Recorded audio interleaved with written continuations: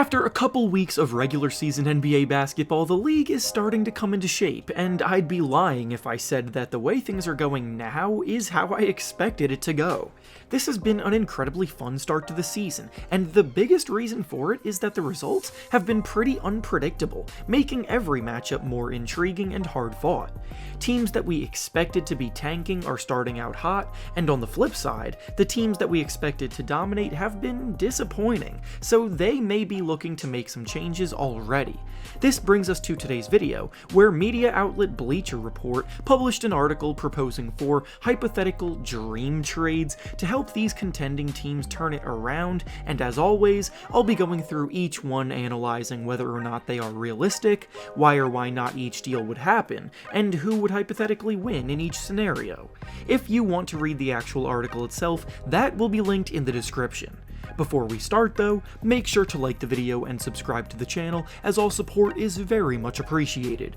Now with that being said, let's begin.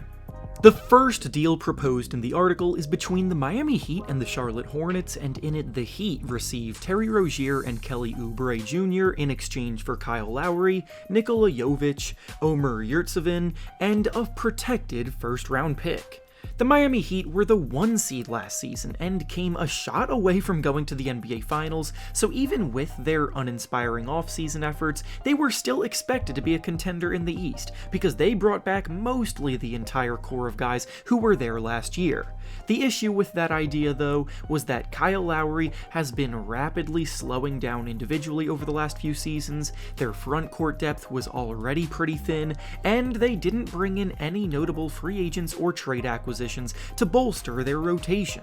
Lowry is being paid big money this year and next year, but he's shooting the ball below league average, he's not quite the floor general that he used to be, and defensively he's also regressing from his days as a pest on that end. The Heat are 9.4 points worse with Lowry on the court this year, and when you watch them play, you can see why, so looking to move on from him would be wise for the Heat. Having to trade away a first-round pick in the draft is not something that the Heat would want to do in a situation like this though, because Rozier is also signed to a long-term contract, and I'm not sure that the Heat are looking to replace Lowry's salary with more salary, locking themselves into a middling ceiling. Rozier would help the Heat turn their season around for sure, but he wouldn't put them over the top, so if Lowry gets traded, I have a feeling that the Heat would be doing it for a player on an expiring contract that could help in the short term, while also giving them flexibility moving forward, which is why this deal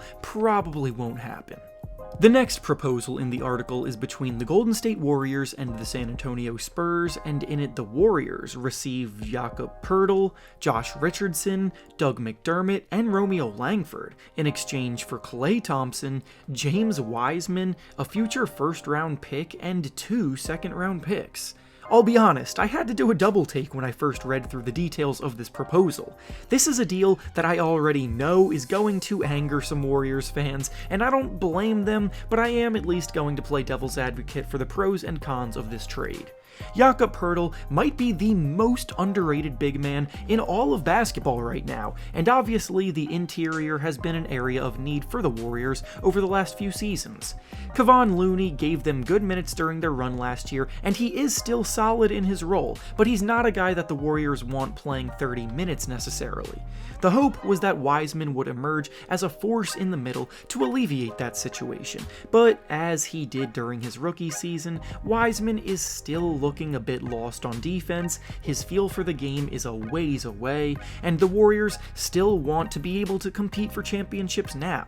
Additionally, Klay Thompson is so clearly not the player that he used to be before the injuries, which was evident last season and is even more so clear now as he's shooting the ball just 36% from the field and 32% from 3 so far, and with the team having just extended Jordan Poole's contract, Klay becomes somewhat expendable. Josh Richardson has been a reliable two-way player each of the last 2 seasons, playing good defense and scoring the ball effectively in a reduced role. well. Doug McDermott is one of the best shooters a team can bring off of the bench in the league too, and it's hard to wrap your head around the Warriors giving up on the second overall pick and a key member of their dynasty like this, which I totally get, and it's why I don't see it actually happening. However, I do think this trade would make the Warriors a better team.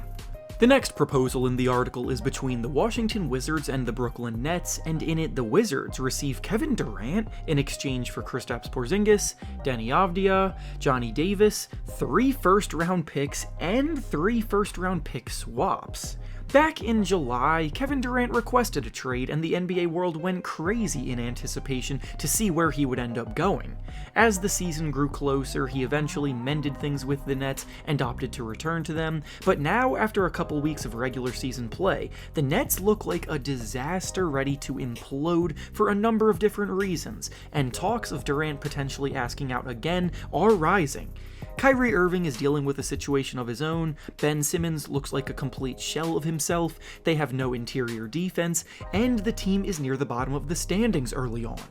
It's not crazy to think Durant could be on the move, and Washington DC happens to be where he's from, so a homecoming could be in the cards. The Nets made it very clear that they need a grandiose package to sway them on shipping out Durant, and honestly, this Wizards offer would probably be pretty tempting. Nets ownership has also stated that they would want to remain competitive after any trade, so this package bringing in Porzingis to bolster their front court, Avdija to be a solid rotational piece, and Davis as a youngster to develop, while also getting that much draft capital, is the best of both worlds for them. It would also be pretty crazy for a finale to the Bradley Beal situation, because I feel like a lot of people are skeptical about Beal's future in Washington, but if he teams up with Durant, then they could actually make some noise together. We'll see how the Nets season progresses over time, but I honestly don't hate this offer at all for either side. And finally, the last proposal in the article is between the Cleveland Cavaliers and the Phoenix Suns, and in it the Cavs get Jay Crowder in exchange for Cedi Osman,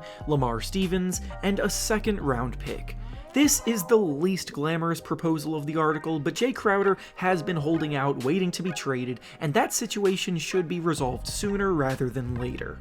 The Cavaliers look every bit like a legitimate contender right now after acquiring Donovan Mitchell in the offseason, and getting Crowder is exactly the kind of win-now move that they should be in the market for. The team's backcourt of Mitchell and Darius Garland alone has enough offensive firepower to lead the way for them, so any moves from here on out need to fit into their defensive scheme, and Crowder is a competitor on that end of the floor while also being a more than willing spot-up shooter and screen setter on offense, so he wouldn't throw off any of the rhythm that the team has built together. The Suns know that they won't be getting a significant return for Crowder, but they will want guys that can contribute in bench roles, and Osman is a decent scoring threat while Stevens plays some tough defense. I like this a lot for the Cavaliers, and the Suns may have to take what they can get and cut their losses. And with that being said, that's all I have for you today. Make sure to like the video, subscribe to the channel, and comment down below what you think about these hypothetical trades. Thanks for watching, and I'll see you all next time.